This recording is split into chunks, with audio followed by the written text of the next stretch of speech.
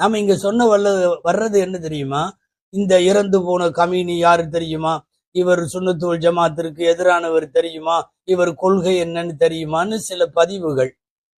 அவர்கள் சுய புத்தியோட தான் இந்த பதிவை எல்லாம் போடுறாங்களான்னு தெரியல. பழைய பதிவுகளை எல்லாம் தோண்டி எடுத்து இவரை பற்றி, அதாவது உலகமே இன்னாலில்லாஹி சொல்லி கொண்டிருக்கிற போது, உலகமே ஷஹீத் என்று சொல்லி கொண்டிருக்கிற போது, வல்லாதிக்கம் பிடித்தவர்களால் படுகொலை செய்யப்பட்ட ஒரு ஜனாசாவை குறித்து, அவரின் கொள்கை குறித்து இந்த நேரத்தில் தூக்கி அந்த பதிவை போட வேண்டியதனுடைய அவசியம் என்ன?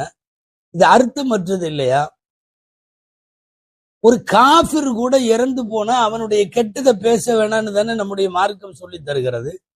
உதுகுரு மஹாசின மௌதாக்கும் வலததுகுரு மசாவீஹிம், நீங்கள் உங்களில் இறந்து போனவருடைய நன்மையை மட்டும் பேசுங்கள், அவர்களுடைய குறைகளை பேசாதீர்கள் என்றுதானே இருக்கிறது.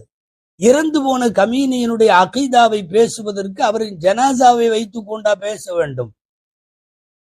ஒரு துணிச்சல் மிக்கவர் எதிர்த்து போராடி வீர மரணத்தை சந்தித்திருக்கிறான் என்று உலகம் பாராட்டுகிற போது உங்களுக்கு எங்கே கொள்கை அரிப்பு வருகிறது? இது என்ன மாதிரியான மனோபாவம்?